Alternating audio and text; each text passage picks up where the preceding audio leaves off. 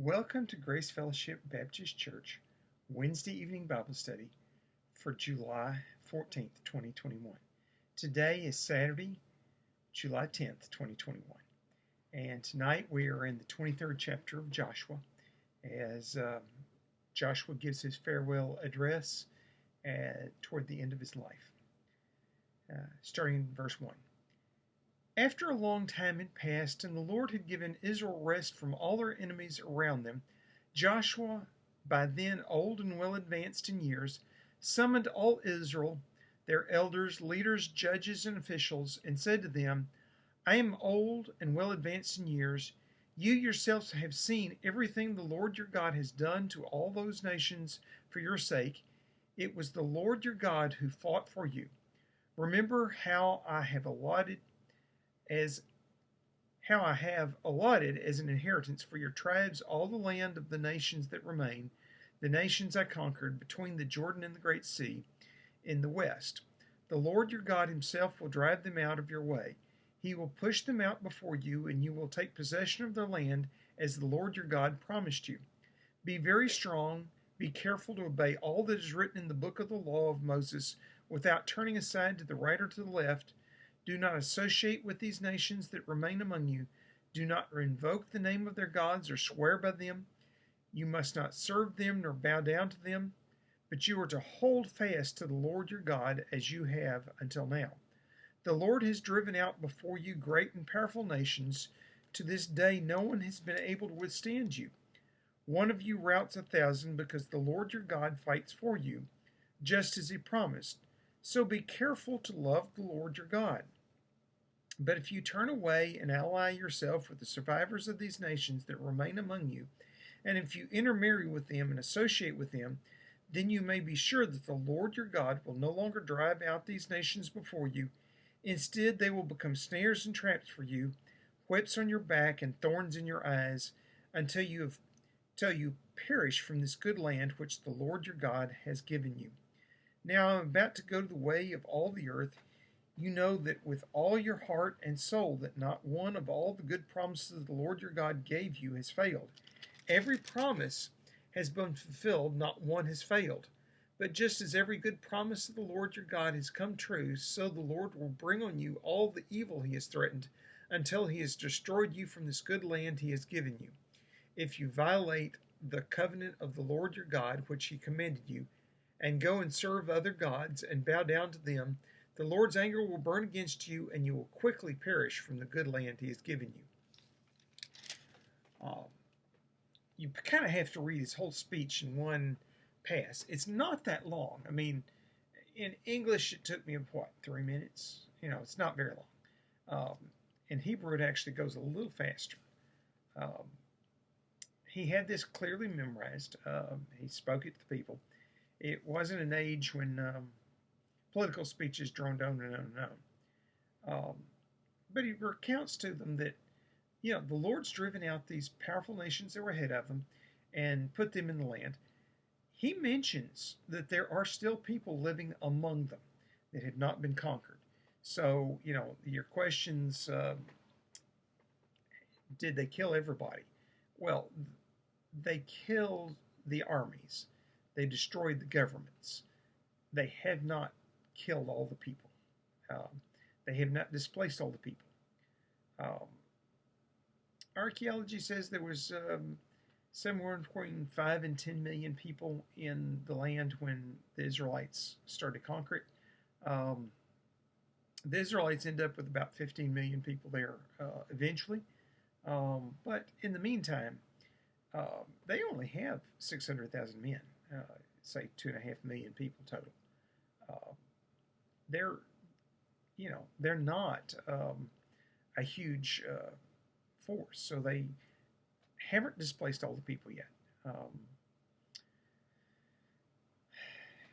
With time, they eventually will, but in the meantime, the Lord's leaving people in the land. He's going to fight for them to remove those people if they depend upon God. If, on the other hand, they do what they know they're not supposed to, engage in the customs of the other people, intermarry with them, worship their gods, etc., then God's going to fight against them, and they're going to lose this good land they've been given. And in truth, the latter happens, and they eventually do lose it. The northern 2/3 of it or so to Assyria, and they take the 10 tribes in the north off to captivity, and we essentially never hear of them again. There are some remnants that fled south into Judah and preserved the tribes. They're not many. And then eventually even the southern kingdom falls into idolatry, and it is taken into captivity into Babylon. Just a remnant come back. And when that happens, then finally God has cleansed them of idolatry, and they don't fall back into that again. About the time that they get secure in not worshiping other gods, then Jesus shows up, and then they refuse to worship the one God they do have when he shows up in flesh.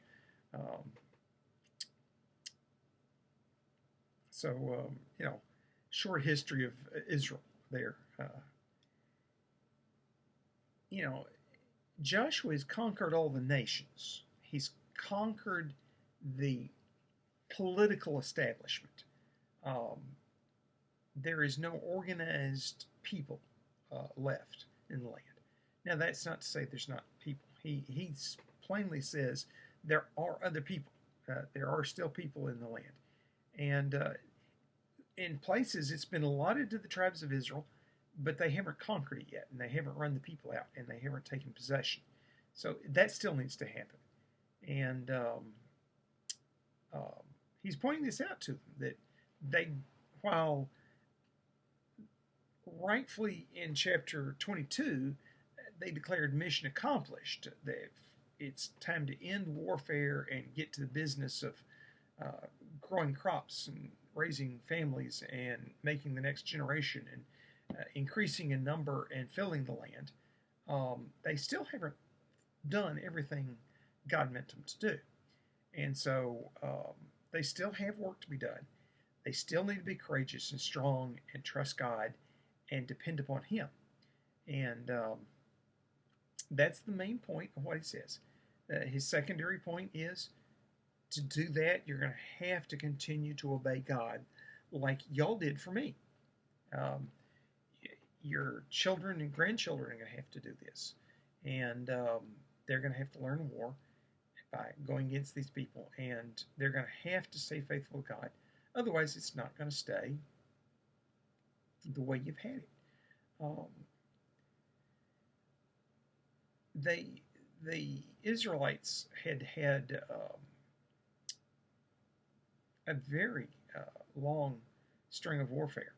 The first time I read through Joshua, I got the idea that other than the 36 people that died because of Achan's sin, nobody died in the campaigns. Probably not true, realistically.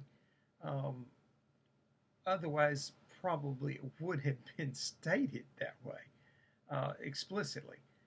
But it's pretty clear they lost few in number compared with the number the enemy lost. And they decimated forces of the enemy without losing many people. The clan was the unit that mattered to the society. Individuals in it's not so much. You wanted plenty of men in the clan so that it was a strong clan. They could do the work. But any one person in the clan, even the leader, wasn't that important. The leader would have assistants and that would know what he's doing, and they would be involved in the decision-making process. So if the clan leader died, somebody else would step up and be the clan leader, and things would go on, and very similar strategies would be used. And so a few dying in war, particularly when if somebody died a war hero, their younger brother got their wives and raised children for him. That, you know, didn't affect the Klan hardly at all.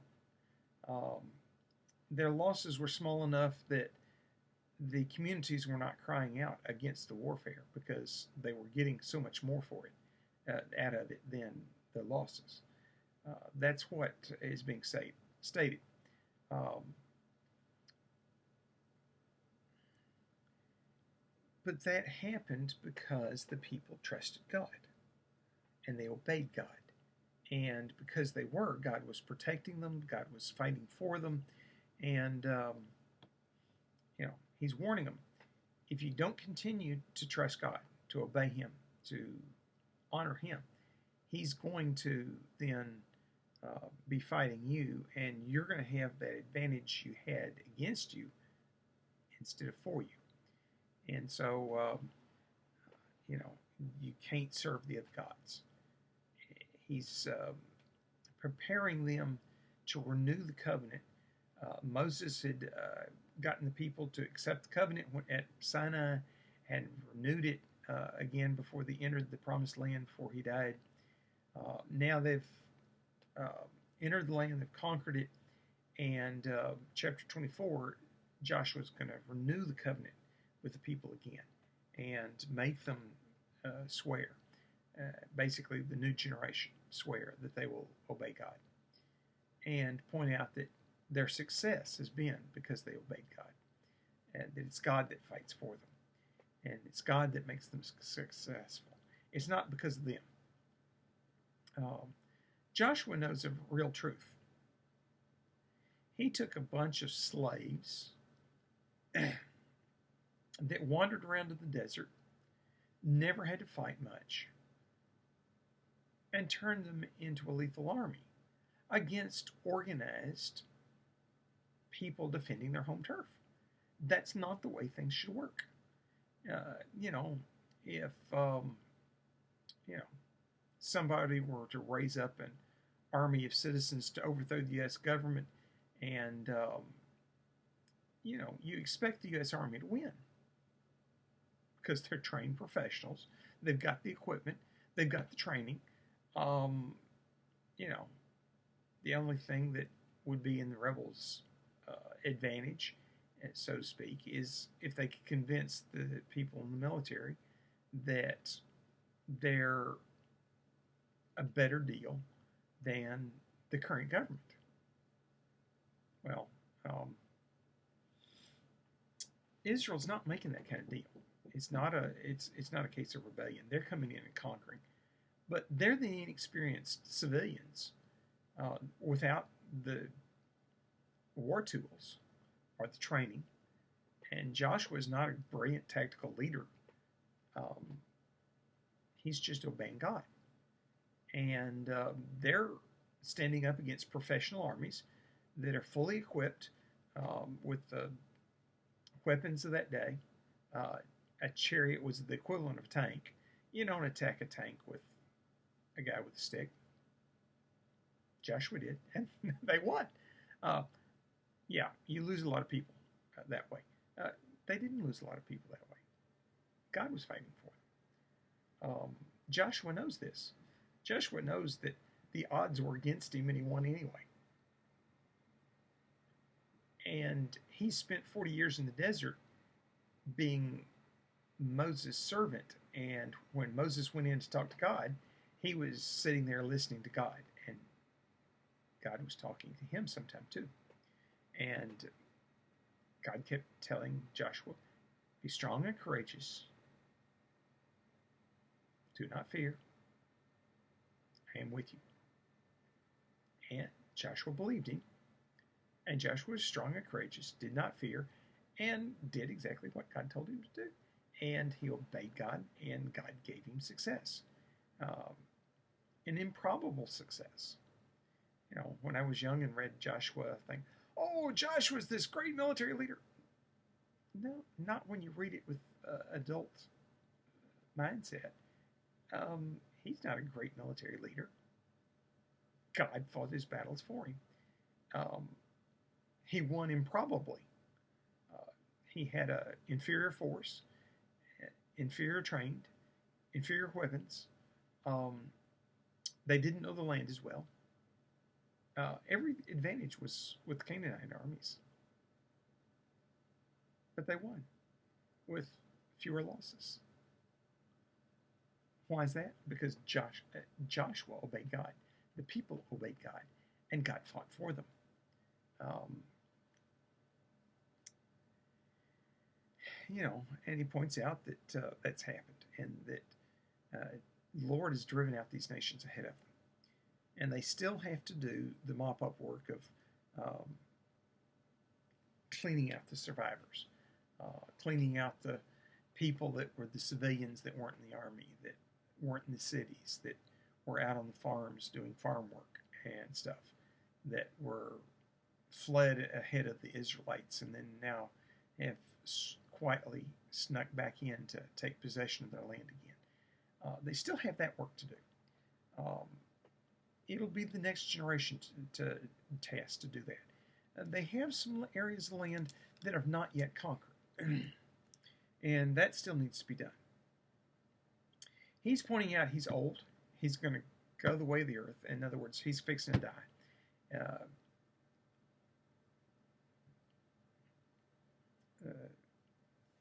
He's telling them, hey, I'm fixing to die, but you also know God has fulfilled all his promises and will continue to fulfill his promises. You just have to obey him. And part of God's promise is if you disobey him, he will be against you just like he was against the Canaanites. And, they won't last long in land.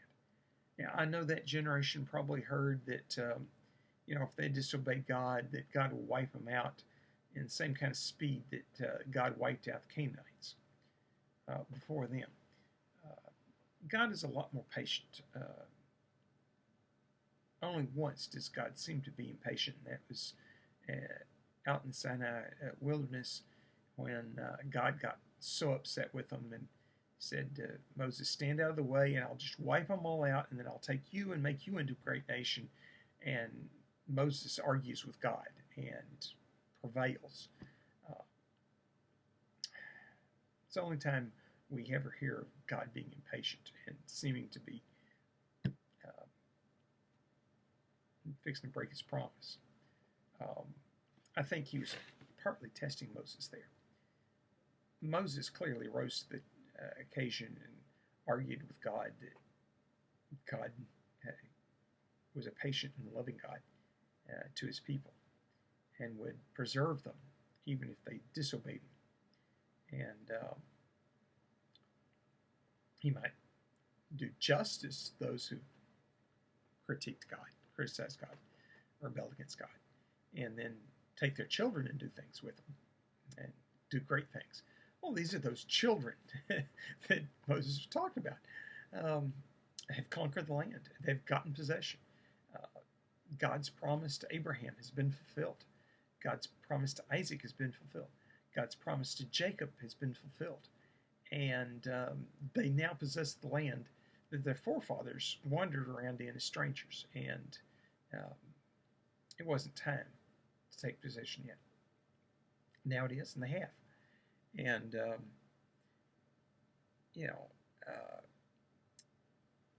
it's been about 470 years since Jacob and his family went down to Egypt at this point in time, or a little more. And it's going to be about 460 years till the rise of the monarchy. The monarchy is going to be around about 450 years, and then the Babylonian exile.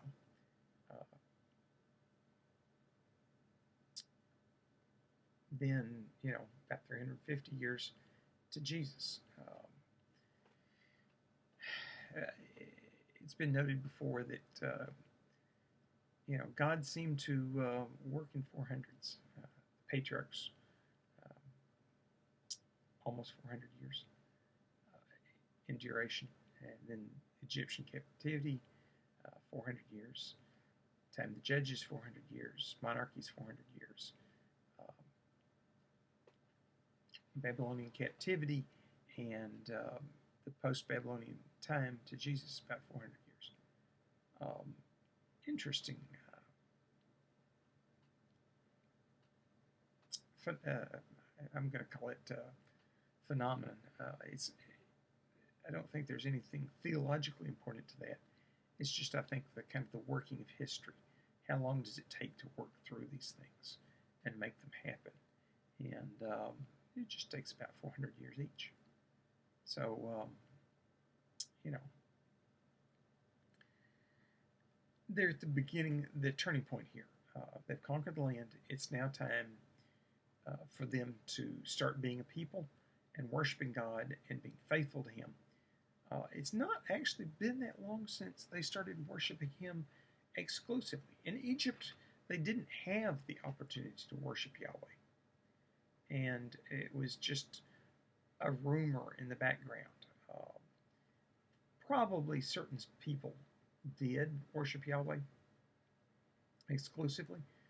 But when you're slaves, you don't get a chance to do a lot of worshiping of any kind. Particularly when your worship involves animal sacrifice and you don't own the animals. So they're now finally a free people, owning their own land, owning their own dwellings, their own means of production, and getting the fruits of their labors. And Joshua pointing out, that's because God has blessed you. And because God has blessed you, you have to continue to obey God, or God won't continue to bless you.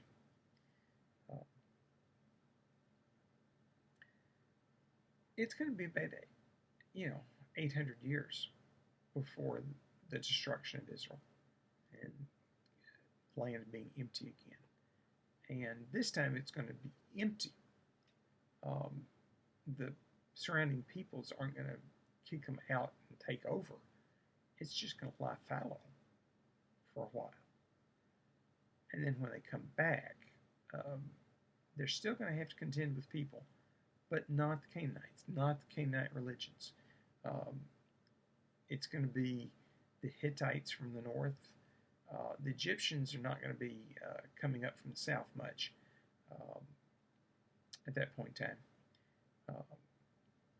The Greeks are going to be pushing the Hittites out, so the Hittites are going to be coming south, and then the Greeks are going to sweep through. And it's going to be the Greeks that they actually contend against. The other peoples actually get all shoved out into the desert and disappear from world history for about 2 generations. And when they come back, they're Arabs. And all the Ishmaelites, all the Moabites, all the Ammonites, all the Midianites, all of the other people groups that are associated with Abraham are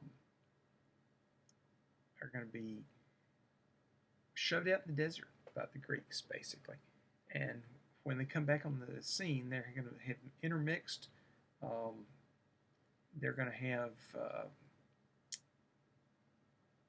new religions. They're going to have lost all the Canaanite religions. They're going to have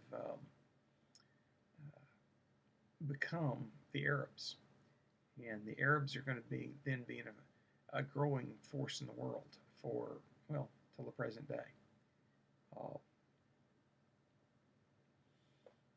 And a lot of people would try to paint the narrative that the Arabs started expanding when they adopted Islam. That was not true. They were already expanding. They were already on the road to world conquest. Islam gave them a unifying religion because they actually had a plurality of religions, and they fought within themselves over religion. I can't say that the Islam united them. It united them better. Even within Islam, though, they had a schism very quickly between Shia and Sunni, and then other groups spun it off later.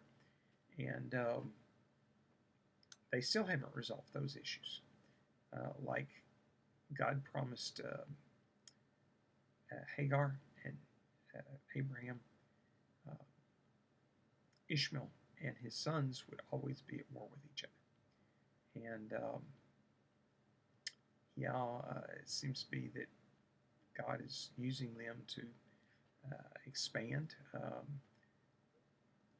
into the world around them. And they're an ever-growing force.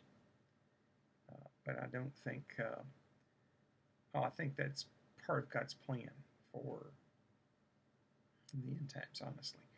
That it's going to be part of the people that oppose God and going to be wiped out. I think that's why Ishmael and his was allowed to be, and his people were allowed to be, and they never have been wiped out. They're part of God's ultimate plan for how the world goes. And I think they still have a big part to play,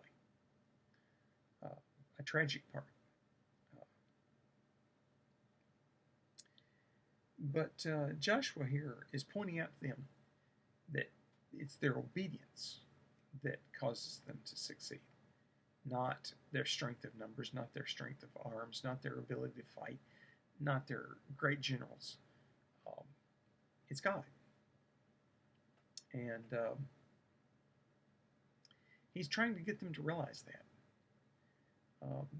They didn't fully realize it. That generation probably did, but the next generation did not. And the book of Judges, it tells the tale of what happens then.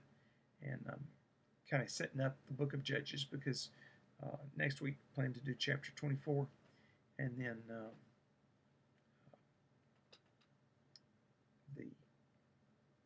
24th start in the book of Judges.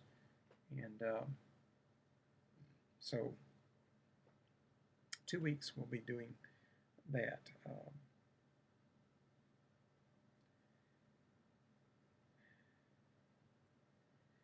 Joshua gives this speech because he knows he's too old to continue being general. He's going to go back to his land and die. He's going to be rewarded for what he did. But he's not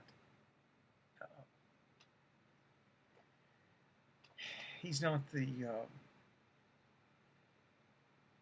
one that's going to continue to lead them.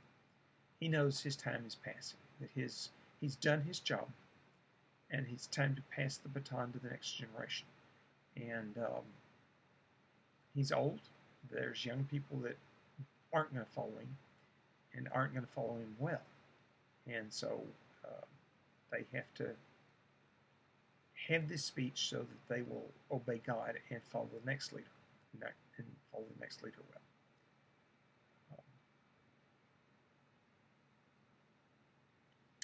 And so he's given a speech to try to prepare them for that. Chapter 24 starts out with apparently at the same assembly, Joshua renewing the covenant. And that's what we'll pick up next week. Gracious Lord, you are the Almighty God. You are the Lord of hosts. You are the one who is Redeemer. You brought the people of Israel out of Egypt, out of the land of slavery. You brought them into the promised land and gave it to them. Then when they rebelled against you, you eventually cast them out of the land like you promised you would. But even there, you saved a remnant and took them to Babylon, and there they grew faithful to you, and you brought them back to the land, and you settled them there. Then when they rejected, when you came personally as Lord and Savior, you kicked them out of the land again. But even then, you're still not finished with your people. You brought them back into the land and caused them to be a nation again. The perseverance of the Jewish people and the Jewish state is just a phenomenon that shows you are Lord and that you are sovereign, that you guide the destiny of man. Lord, you're still going to win in the end. You're going to be ruler, the Lord of lords and the King of kings here on this earth, and reign and rule in righteousness and justice and peace. We look forward to that time when you return, where we get to be with you here on this earth, and then with you in eternity. Lord, help us to be faithful witnesses until then, that we would lift you up and you would draw them into yourself. In your gracious name, amen. And I hope to see you Wednesday. If not, I'll see you here next Saturday or Sunday. Depends on exactly when I get a chance to record this. We'll have the next teaching next week. Y'all have a good week.